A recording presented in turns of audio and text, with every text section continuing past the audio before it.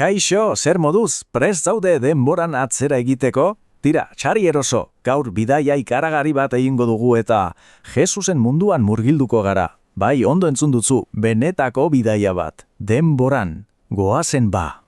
Imaginatu gauza bat, itxi begiak eta egin atzera 2000 urte baino gehiago historian. Munduko txoko txiki batera goaz, baina aizu ez pentsa txoko aspergarria denik. Leku horrek historia osoa aldatu zuen. Nolakoa zen mundu hori? Nola bizi zen jendea garai hartan?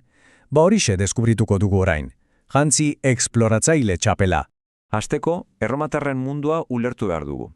Pentsa Mediterraneo osoa erromatar imperio erraldoiaren esku zegoela. Haiek ziren nagusi. Dena, eta esaten dudanean dena, da dena kontrolatzen zuten. Eta nor zegoen goian? Ba, Augusto Cesar enperadorea. Ark agintzen zuen bastar mustietan. Garai honi Pax Romana edo bake romatarra deitzen zaio. Zergatik? Ba, erromatarrek bakea inposatu zutelako. Horri esker, leku batetik bestera bidaiatzea nahiko erraza zen. Baina kontuz, gauzak ez ziren beti arrosak. Bertako agintariak, adibidez Herodes Handia, oso ankerrak izan zitezken. Jendeak sekulako beldurra zien.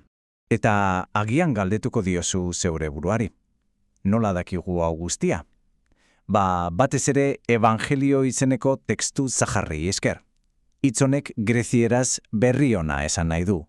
Pentsa tekstu hauek garai hartako kazetariak zirela. Haiei esker dakigu nolakoa zen eguneko bizitza. Orain goazen Jesusen mapara, zergatik da garrantzitsu hau? Ba pertsona bat ondo ulertzeko ezinbestekoa delako non bizi zen jakitea. Ezin dugu historia ulertu agertokia ezagutu gabe, ezta?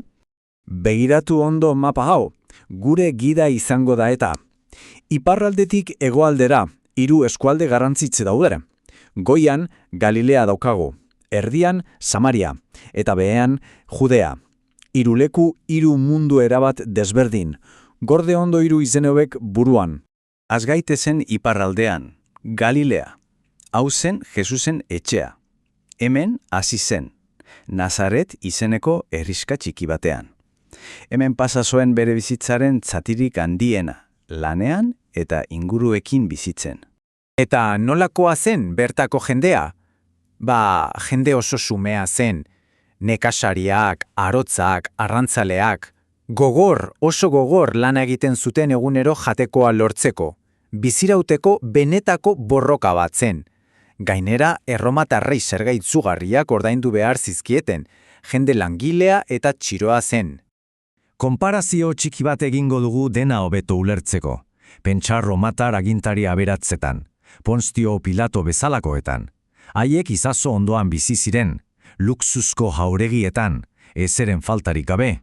Eta bitartean, Galileako nekazariak lurra lantzen, zorrez lepo. 2 mundu guztiz ezberdin, ezta? Bata izugarria aberatsa, bestea txiroa. Goazen orain mapan behera, erdialdera, Samariara irritsi gara. Lurraldea arrotza zen hau, badakizu zer egiten zuten Galilearrek eta juduek, Samariatik pasatzea ekidin. Nahiago zuten buelta osoa eman, bide luzeagoa hartu, hortik ez pasatzeagatik, baina zergatikote? Funtzean, elkarri sekulako gorrotoa ziotelako. Samariarrek ohitura oso desberdinak zituzten. Jainko adibidez beste mendia batean gurtzen zuten, Sikar izenekoan. Imaginatu beti muturka ari diren 2 futbol talde, edo elkarri hitz egiten ez dioten 2 auzo. Bada, halakoa zen haien arteko harremana, tentsio hutsa zegoen airean. Eta hemen dator sorpresarik handiena.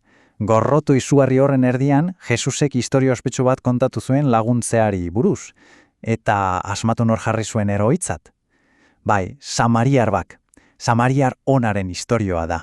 Imaginatu jendearen aurpegia entzutean. Sekulako ezustekoa izan zen. Aurre iritzi guztiak apurtu zituen kolpe batez. Eta azkenik, hegoaldera ailitzi gara. Judea, hau zen guztiaren zentroa. Erlijioa, boterea, dirua, dena zegoen hemen. Judean hartzen ziren erabaki garrantzitsu guztiak. Judean zegoen Jerusalem, hiri erraldoia. Han zegoen templo ikaragarria. Baina noski, erromatarren kontroltxapean beti. Bertako buruzagi boteretsuek Jesusen mezuak entzun zituztenean urduri jartzen hasi ziren. Jende asko ari zitzaion jarraitzen, eta agintarentzat hori arriskoa batzen. Kontrola galtzeko beldur ziren? Baina zergatik zueten hainbeste beldur?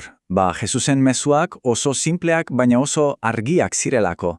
Entzun esaldi hau, bekaturik gabe dagoenak bota dezala lehen harria. Boteredunei aurre egiten zien zuzenean, eta jendea gula defendatzen zuen beti, inor ez zuen baztretzen. Eta hori, boterean zeudela oso arriskuzua zen. Honek guztiak tentsio izugarria sortu zuen. Gauzak oso azkar gertatu ziren azken egunetan. Lehenengo egunan Jerusalemen sartu zen. Bigarrenean azken afaria egin zuen lagunekin. Hirugarrenean gauez atxilotu zuten. Eta laugarrenean, Ponstio Pilato erromatarraren aginduz gurutziltzatu egin zuten. Baina itxaron, historia esen oramaitu. Dena aldatu zuen historia izan zen hau.